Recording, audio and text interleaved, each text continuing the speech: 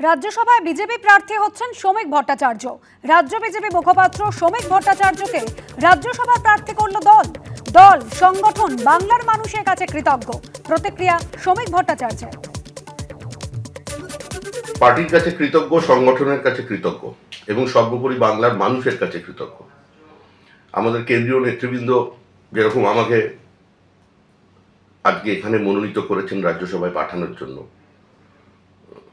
একই সময় মনে রাখতে হবে বাংলার মানুষ, এই পশ্চিমবঙ্গের মানুষ আমাদের সেই সংখ্যা দিয়েছে যাতে আমরা পশ্চিমবঙ্গ থেকে রাজ্যসভায় একজন সদস্য পাঠাতে পারি। আমার সেই দিনগুলোর কথা মনে পড়ছে খুব বেশি করে। আমি রাহুলদা পার্টি অফিসে বসে থাকতাম 80-র দশকে। বুদ্ধদেববাবু বলতেন যে যাদের বিধানসভায় কোনো প্রতিনিধিত্ব নেই আমরা তাদের সর্বদলীয় বৈঠকে ডাকি না। তো রাহুলদার খুব, আর আমার সেই দিনের কথোপকথন, অনেক মানুষই নেই আমাদের মধ্যে আজকে যারা হয়তো আজকে খুশি হতেন যে কলকাতা থেকে আমাদের রাজ্যসভায় আমাদের শক্তিতে কেউ প্রতিনিধিত্ব করতে পারবে।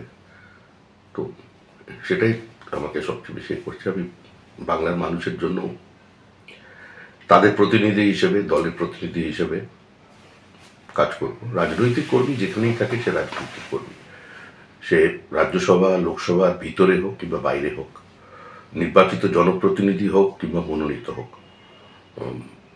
রাজনৈতিক কর্মীর যে কাজ এক অপ্রাপ্তবয়স্ক অবস্থা থেকেই 18 বছরের আগে থেকে এই দলের সদস্য, এই পরিবারের সদস্য। গ্রেপ্তার করা হয়েছে সন্দেশখালীর প্রাক্তন বিধায়ককে, আর তার প্রতিবাদে আগামীকাল ধর্মঘটের ডাক সিপিএম এর। কাল 12 ঘন্টা সন্দেশখালী ধর্মঘটের ডাক দিয়েছে সিপিএম। নাজাত বসিরহাট থেকে ভাঙর প্রাক্তন বিধায়কের গ্রেপ্তারিতে দিকে দিকে প্রতিবাদ সিপিএম।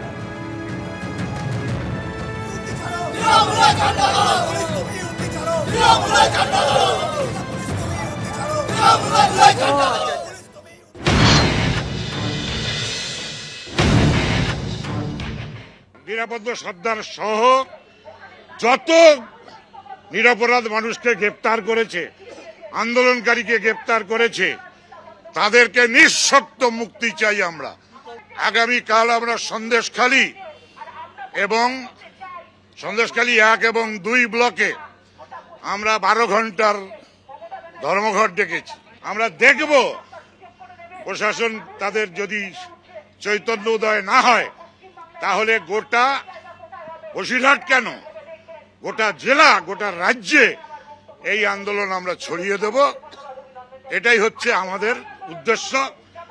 যারা গ্রেপ্তার হয়েছেন তাদের পাশে আমাদের আইনজীবীরা দাঁড়াবেন এবং সেই আইনজীবীরা বিনা পয়সায় এই সমস্ত গ্রেপ্তার হয়েছেন যারা, তাদের মামলা লড়বেন, তাদের পাশে আমরা থাকব।